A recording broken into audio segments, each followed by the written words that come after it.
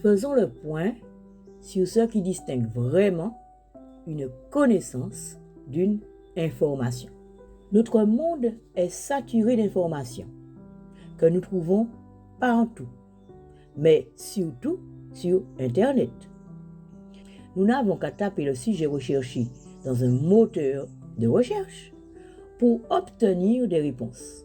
Mais ces réponses ne sont que des informations.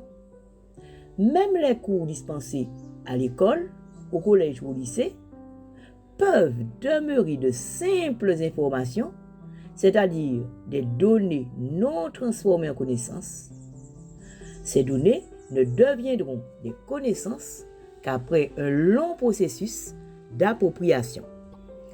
Un philosophe qu'on appelle Christian Godin propose une définition de la connaissance articulée ainsi.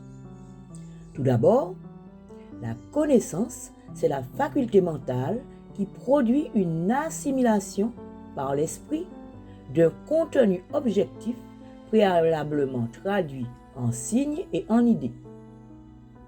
Ensuite, c'est le résultat de cette assimilation. La connaissance est une possession symbolique des choses. Elle comprend une infinité de degrés. La connaissance rationnelle, méthodique universelle, a parfois été opposée au savoir empirique, chaotique, objectif.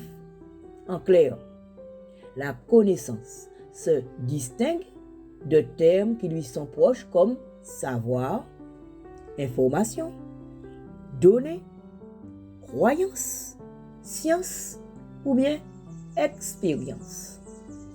Le dictionnaire Larousse, lui, définit la connaissance ainsi. C'est l'action, le fait de comprendre, de connaître les propriétés, les caractéristiques, les traits spécifiques de quelque chose. On parle par exemple de la connaissance de la nature. Pour qu'une information devienne donc une connaissance, elle doit être assimilée par la personne qui étudie et réutilisée. Assimilée comme on assimile la nourriture après un long processus.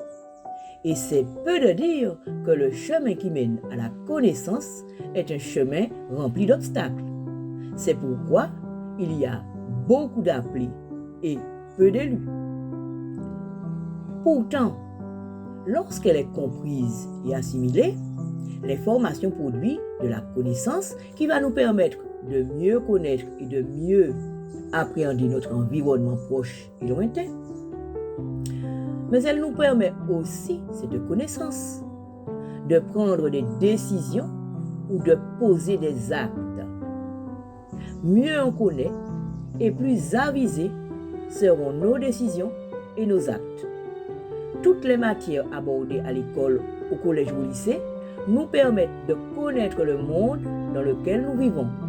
Cette connaissance est essentielle pour avoir une vie épanouie. On est loin donc de la recherche de bonnes notes ou de la réussite à des examens. Lorsqu'elles sont comprises et assimilées, les connaissances deviennent pour nous des trésors.